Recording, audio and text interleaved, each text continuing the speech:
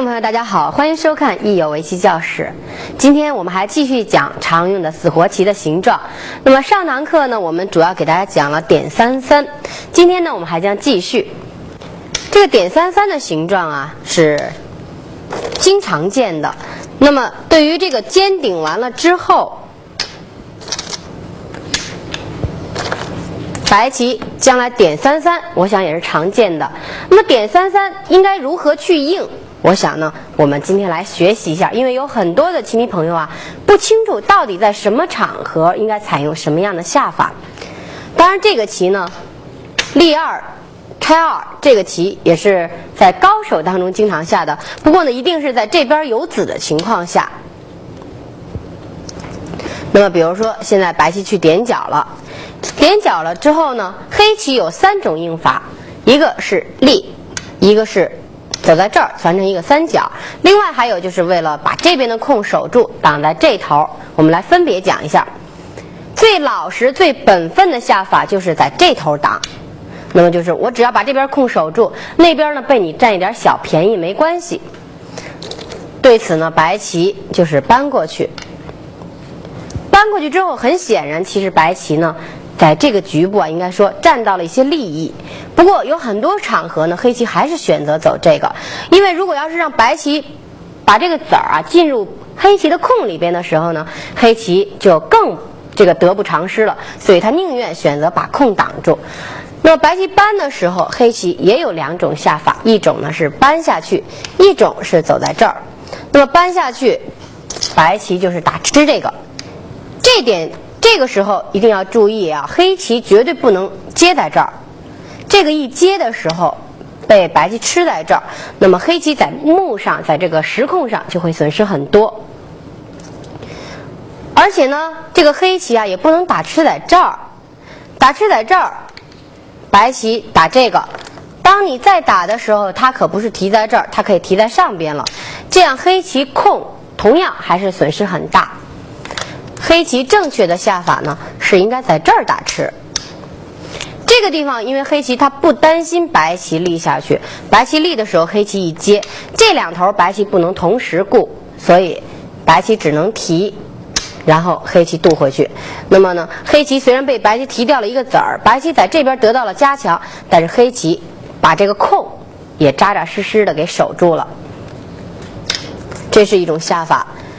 也有的时候啊，黑棋觉得这个子对他来说非常的重要，他不想让白棋把这个子儿吃掉，他走什么呢？他走这个。黑棋走这个的时候，白棋爬，然后黑棋把这个子儿给吃掉，这个也是一种下法。那么这样呢，就是白棋这边相对来说比刚才要薄一点，但是黑棋的空呢也要少一点。这个一定要根据场合来选择你的下法，就是你当初选择这种下法一定是有它的目的。现在我走这个船是想将来对这个地方的黑棋，对这个地方的白棋，比如说点进去，对它呢还存在着攻击的手段，那么选择这种。当然白棋呢也有它这个下法，就是不见得一定要爬这个。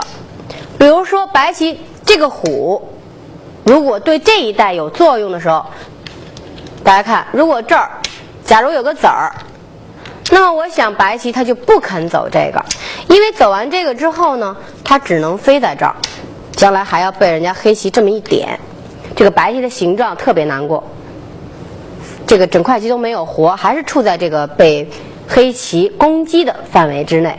那么白棋这时候可能就会选择一种下法，就是利用这个虎的先手，虎了之后下一步啊，我就是立了。你看这样一立，不仅把这个子逃回来了，而且呢对自己的眼位可以这个丰富这个地方的眼位起到很大的作用，这个空也很大。如果黑棋要是挡住，白棋啊就不是走在这儿了，白棋是一步棋就飞出去了，飞到这儿来了，这个就是当初这个子所起到的作用。所以呢，我们每下一步棋它都有它的灵活性。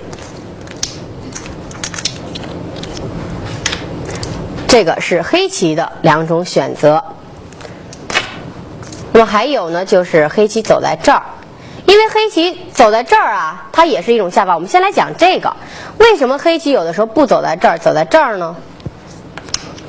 走在这儿的目的就是这边假如黑棋有子，他要是走在这头，他想对这两个白子进行攻击，因为本身立2拆2啊，他可能还要被这个黑棋攻击呢。可是如果你挡在这头，被他一搬过来，这个子你要是搬这个子一被提掉的话，那么整块白棋呢就比刚才强壮得多，这块棋呢就不容易再被黑棋攻击了。所以黑棋呢就不甘心，他想发挥他这边的这个后势的作用，那么通过攻击来在外边得到更大的利益。这个时候呢，他可能就会选择立，他不惜损失角上的这个实控，他觉得虽然让你在这个角上可以活棋，但是呢，我取得一个先手，争取这头攻击白棋呢，全局上更有利。那么他可能走这个的时候，白棋这个角一定要活。如果不活的话，你看你被黑棋这么一挡，就吃得非常干净。这2手棋亏太多了，这个损失太惨重了。所以走完以后，就一定后续手段要继续走，要点这个。黑棋接上，这个不接不行，被白棋冲过去的话，那黑棋的形状就有点破碎，所以它要接上。接上的话呢，白棋如果走这个，那么黑棋冲一下，冲，挡住。搬的时候，白棋可以坐到角上这么一虎，如果黑棋立，白棋再一虎，这个角上呢是一个净活的棋。但是白棋呢也可以在这儿搬，不虎这个，他不想要角上，想要外头，可以走这个。黑棋断，白棋接上，然后黑棋把这个子吃掉，白棋打吃，黑棋接，再打这个，他也接上，然后白棋这么一顶，那么在这块棋呢，他也就做活了。不过黑棋有这一道墙也非常的厚实，对于将来攻这2个子的时候非常有利。不过我想首先提醒大家注意，在白棋点角的时候啊，他一定是不惧怕黑棋攻击他这3个子。如果黑棋这么下完之后，把白棋攻的已经不像样了，那个时候我们就会发现这个点角是太过分了。那么这种情况的时候呢，一定要先把自己补强，然后将来再想办法去点角。但是当你补强，你再去点角的时候，黑棋也就不会立下来了，黑棋就挡在这头了。那么这是一种下法。白棋还可以下在这儿，就是在这儿尖一个。如果它挤，白棋接上，黑棋搬，白棋呢可以走在这儿，这样就把这块棋给做活了，这也是一种活法。走完这个之后呢，黑棋一般通常都是在这个地方飞，对白棋进行攻击。那么有的时候啊，什么情况下黑棋走这个呢？就是他立下来，觉得这块被你掏了，这块空啊被白棋掏了，他觉得特别心疼。这边呢又没有特别好的攻击手段，可是走这个也不甘心，因为这样呢被白棋搬，先手便宜了。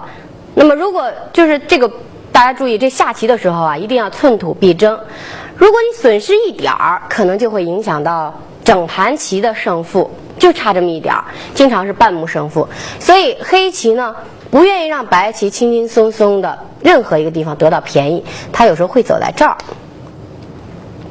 走在这儿的目的呢，就是当然一定是把你两边给分开，然后呢，在白棋活角的过程当中呢，还会这个撞。然后呢，使得黑棋这个地方更厚实，将来呢，黑棋能够对这个子进行一些攻击，同时让白棋角上活得不是很愉快。那么白棋这个地方点完以后呢，一般情况下呀，就可以不走了。将来根据情况是决定活这个角啊，还是打入啊，还是拖啊等等的手段。活这个角，如果这么一尖，这个棋呢，也基本上是一个活形。走这个。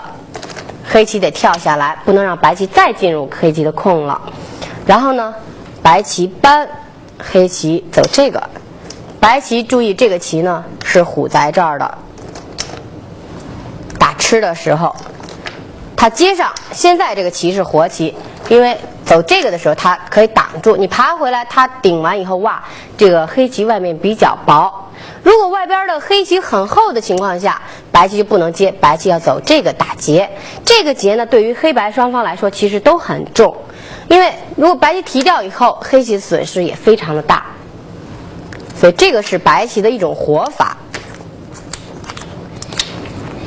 那么现在对于这种形状的点33，我们又有了一定的了解。接下来呢，我给大家讲一个叫做金龟角的形状。金龟角呢是围棋当中非常有名的一个常见的棋形。那么这个棋形，我想很多不仅仅是业余棋手，包括很多专业棋手啊，他有的时候其实也不是特别的清楚，经常在这个金龟角上犯一些错误。看这样呢是一个典型的一个金龟角的形状，是非常完整的一个形状。我想叫做金龟角，是金子金柜子的柜，是不是说这个里边啊变化很多？就像这个柜子里面可能有很多的东西啊，我想是这个道理。那么变化很多。打劫，这也是打劫。那我要是白棋走这个呢，我们俩来摆一下。如果白棋走这个，黑棋走什么？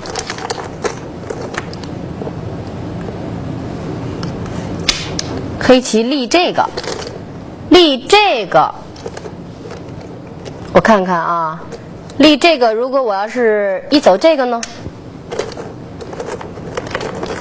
你看我这边要搬回去，这边呢我要把黑棋这个子儿吃了。如果这子儿被我吃了，又变成有眼杀无眼了，对不对？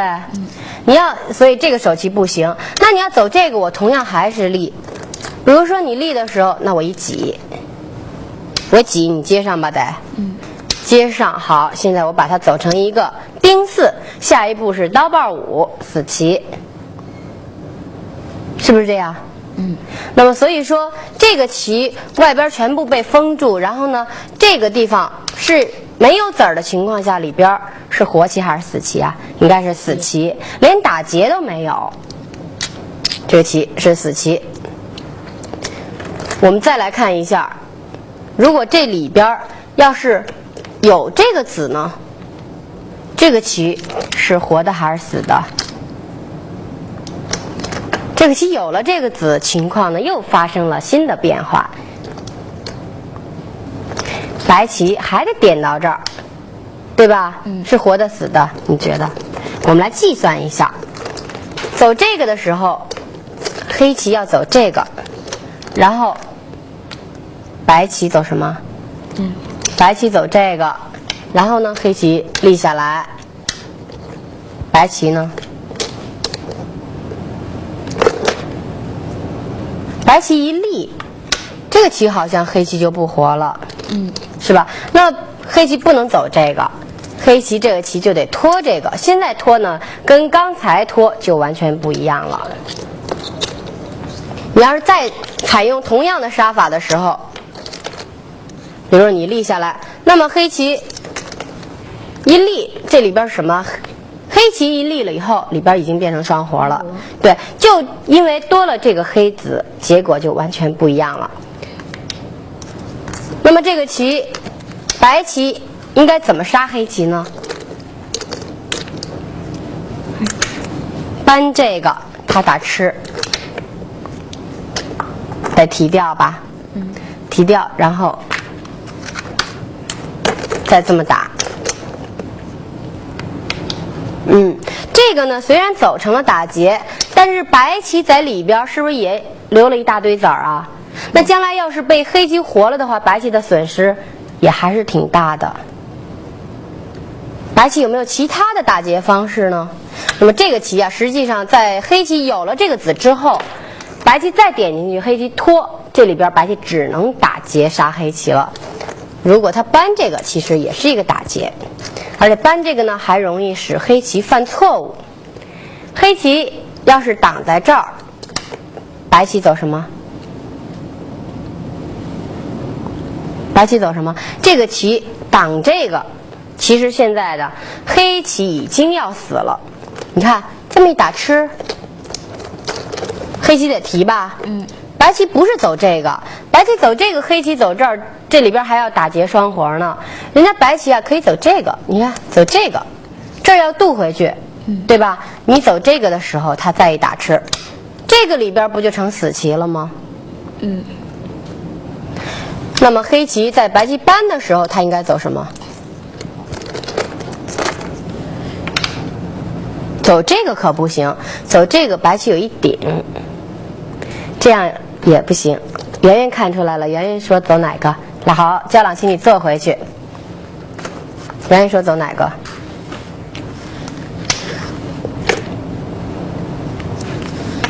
走这个。他要走这个呢，你就走这个，对吧？所以呢，这个棋白棋走这个的时候，黑棋可以扑进去打。现在我给它多摆一个子儿，给黑棋多摆一个子儿，看看这个形状它出现什么结果了？是不是还是像刚才一样，白棋一点就净杀黑棋了呢？我们来做一下，如果走这个的话，黑棋应该走什么？白棋要想杀黑棋，第一招必须得走这个，它不能有别的选择。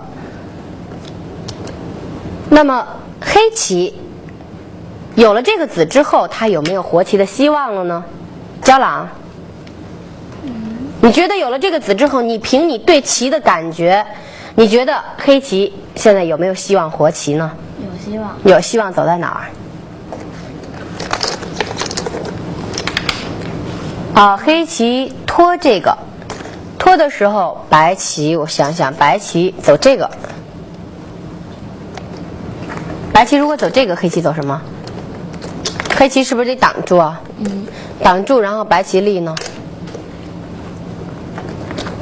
白棋立，黑棋走哪个？走这个，然后白棋扑一下，黑棋得提吧？那白棋打吃呢？这里边是刀把五，对吧？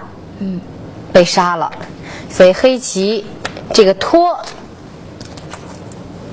并没有利用上这个黑子，把自己还是给走死了。再想想，除此之外，黑棋还有没有别的下法？还有没有别的下法？你看刚才我们讲，就是如果没有这个子的情况下，他走这个。白棋要顶的话，它得阻渡，它走这头，白棋顶，它也得阻渡。那么这个黑子起到什么作用了？阻渡。对，起到阻渡的作用了。那为什么我们不能利用这个黑棋已经有了这个子，我们再去想，把白棋往这方面引？我这已经有一个阻渡的子儿在等着你了。走这个。白棋顶这个，好，白棋现在顶的时候，我们看黑棋已经把白棋给断开了，那么黑棋显然活生的这个希望就要大得多了。然后黑棋走在哪儿？然后黑棋走哪个？然后黑棋走哪个？对，要搬一下，搬一个呢，这个地方。白棋如果搬的话，你看黑棋不就可以走在这儿了吗？可以走在这儿。白棋拐下来的时候，黑棋一接，这样就可以把这块棋做成打劫活了。那么在这个过程当中，刚才黑棋要是走在这头行不行？不行。走在这头为什么不行啊？别人还是阻渡。我就阻渡呢，我这边多一子星没准还有用呢。立这个。如果我加呢？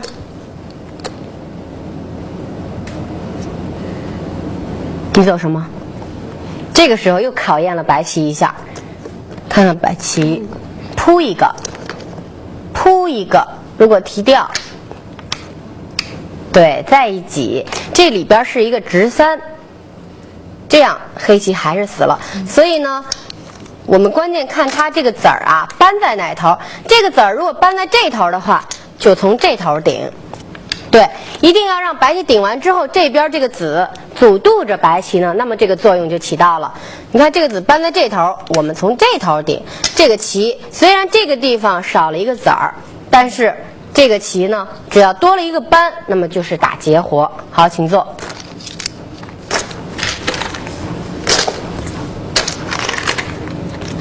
那么接下来呢，我们再看一个棋形。这个里边白棋啊，现在看着空间很大，实际上这块棋呢，它不是一个净活的棋。那么黑棋应该怎么样走？在这个地方出棋呢？应该走什么黑棋？圆圆。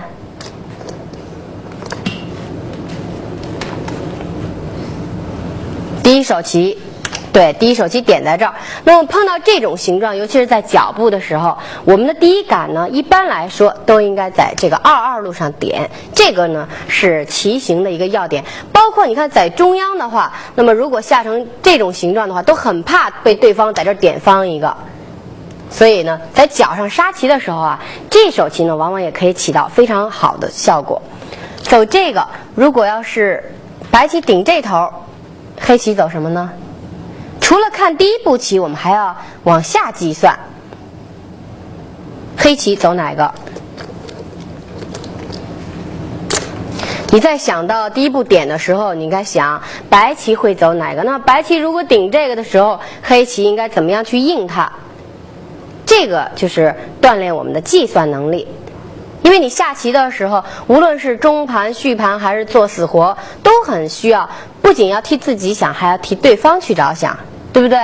所以呢，你看你走了这个之后，就要想到人家会走这个，或者人家会走这头。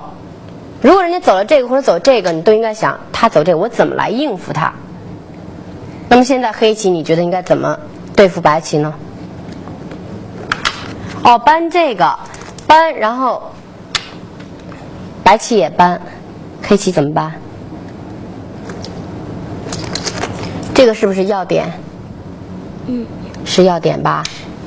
但是你走这个，他走这个，然后呢？然后黑棋怎么办呢？黑棋还得弯一下，是吧？黑棋还得弯一下。然后白棋再挡住，黑棋怎么办？黑棋再走这个，白棋走这个，那么这个就成了一个打劫了。再走这个就成了一个打劫了，对吧？好，请坐。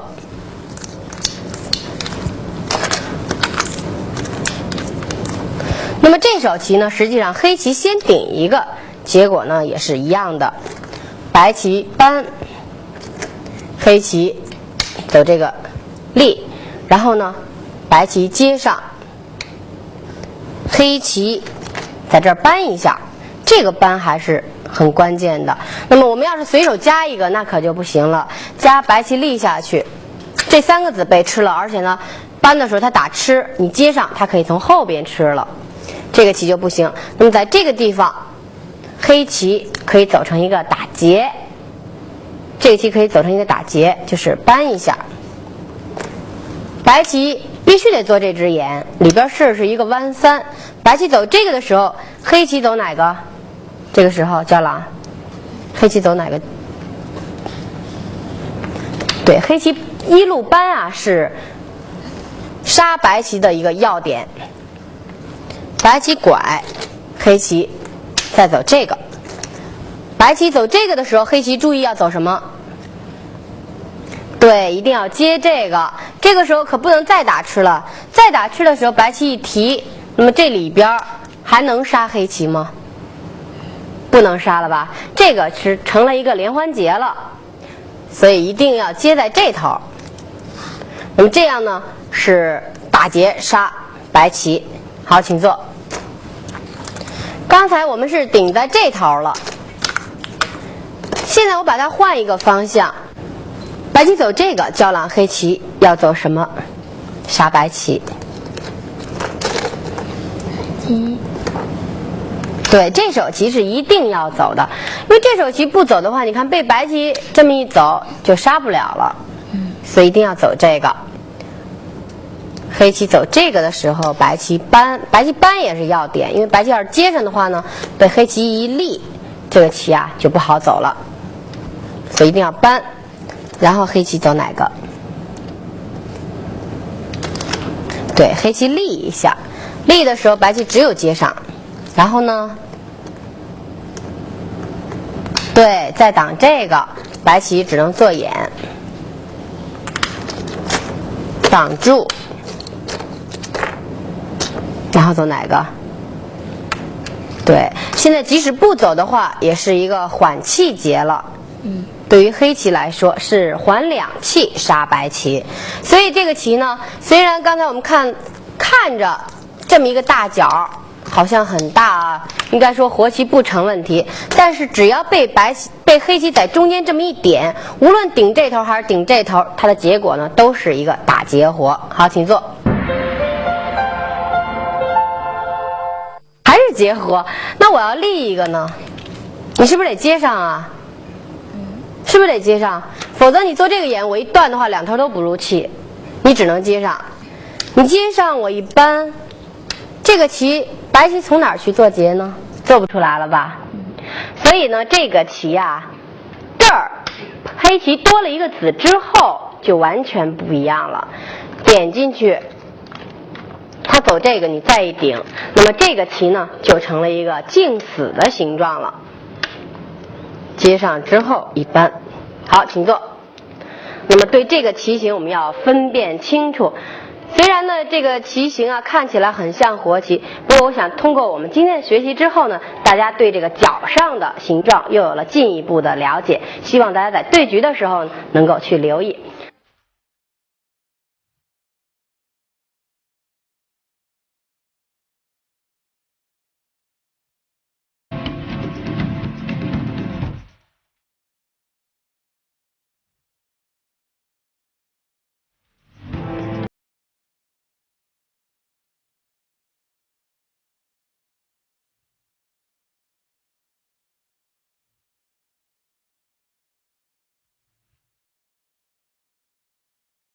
好了，今天的节目我们就到这儿，下期再见。